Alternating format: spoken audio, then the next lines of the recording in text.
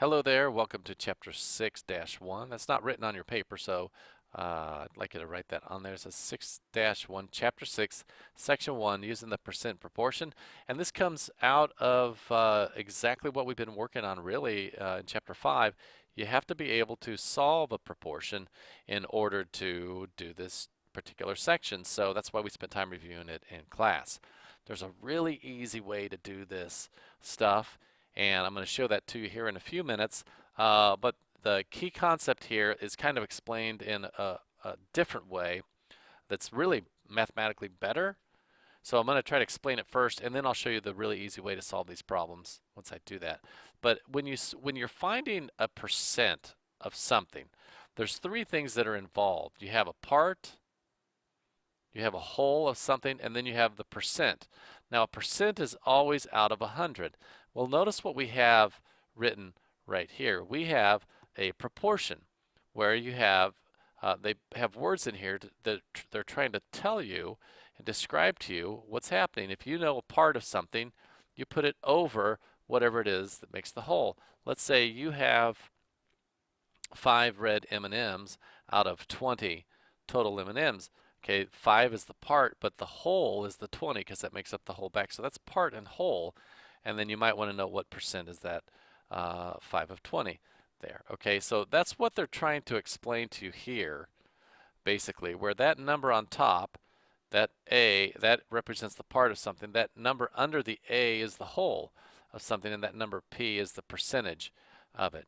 Now, given that, and given that we know, let me point one thing out here before we go on. The percent number is always over 100 because a percentage is out of 100. That's important for you to remember, that that's number under the percent in this proportion will always be 100. There's basically three types of percent problems where you're trying to solve. You could try to be solving for the percentage, for the part, or the whole, just like I described up here. And here's some examples of phrasings of how they might do that. For example, here's a question. 1 is what percent of 5? Okay, so you would set that up. 1 is, that's the part because it's out of 5. You would set that percentage proportion up that way and we could solve it. All right, what is 20% of 5? In that particular case, you're trying to find the part. It looks like this. 1 is 20% of what number? That ends up looking like this. Now, then all three of these proportions could be solved to find the percent or the part of the whole. Now, it probably sounds a little bit confusing when I throw it all at you at once like that. So here's the really easy way to work through this. Okay, it's easy. All right, and it's this phrase. Okay, is over of is equal to the percent over 100. Okay, is over of is equal to the percent over 100.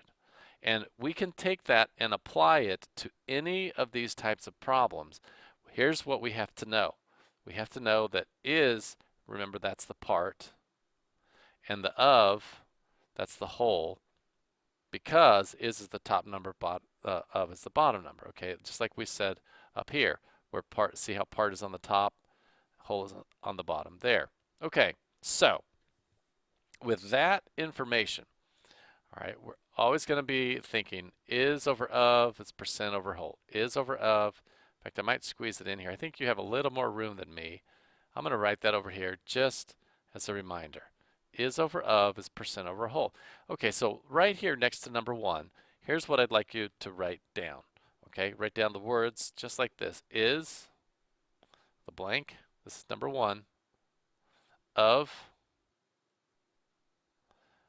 and percent.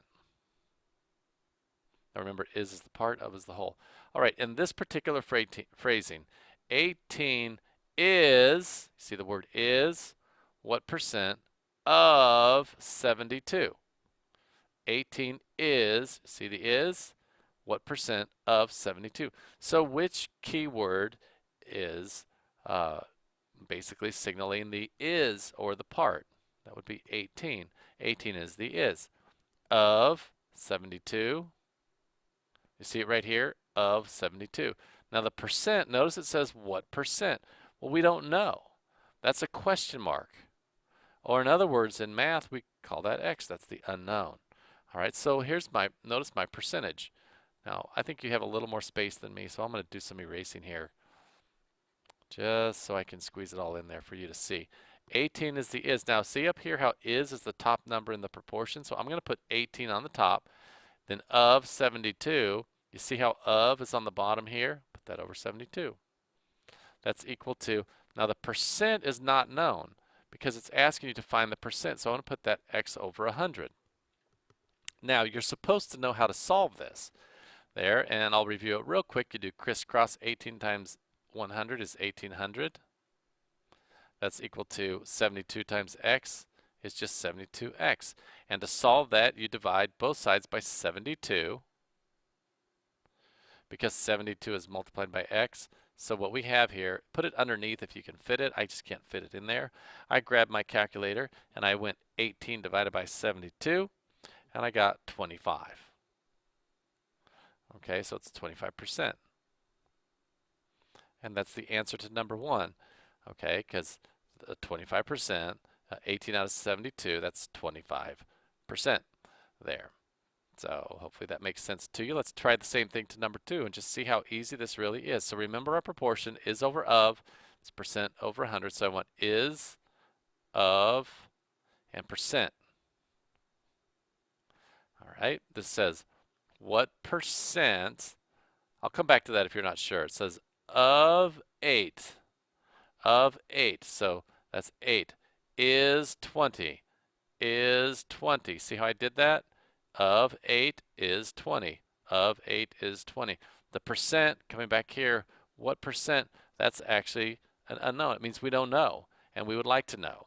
So we're going to go 20 because 20 is the is, and is the top number. 20 over 8 is equal to, the percent is not known, so that's going to be x again. 100, crisscross multiply. 8 times x is 8x. 20 times 100 is 2,000.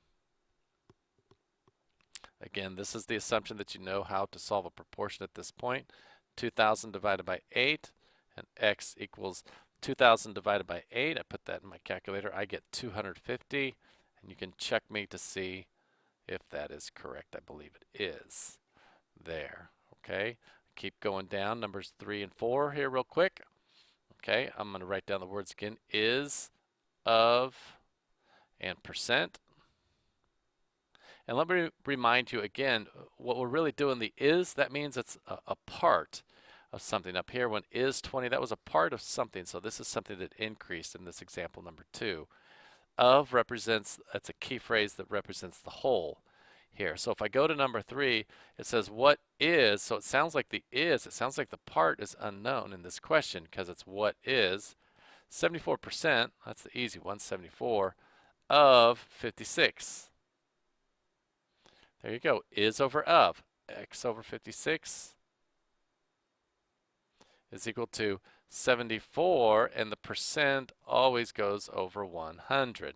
So if we crisscross and multiply, you have 100x. This is nice. I have a little bit more space on my paper. 100x is equal to 56 times 74. I already worked that out for you and got 4144 divided by 100. X equals, divide that, 41.44. And there we have it. Right there. Okay, moving on to number 4. I'm going to erase that so I have a little bit of, I can read it more clearly. Number 4, I'll do this one and then wrap this part of the video up. All right, is, of, and percent. 9 is, okay? 9 is the is. 20% of what number? So 20 is the percentage. When you see that percent symbol there, don't get confused. That's got to be the percent because it said 20% of. It's not telling you that that's the of. It's not the whole. It's the percent of the whole. Of is the what? Of is x. Okay, so it's 9 over x is equal to 20 is the percentage. 20 over 100. Crisscross, you have 20x. It's 900 divided by 20. 900 divided by 20, x 45. All right, here's what I'm going to do. I'm going to stop this video and start another video for you. However, on the next video, this is what I'm going to ask you to do. Before you start the video, I would like you to try to do number 5. And I will start the video with the solution to number 5 here shortly. All right, talk to you soon.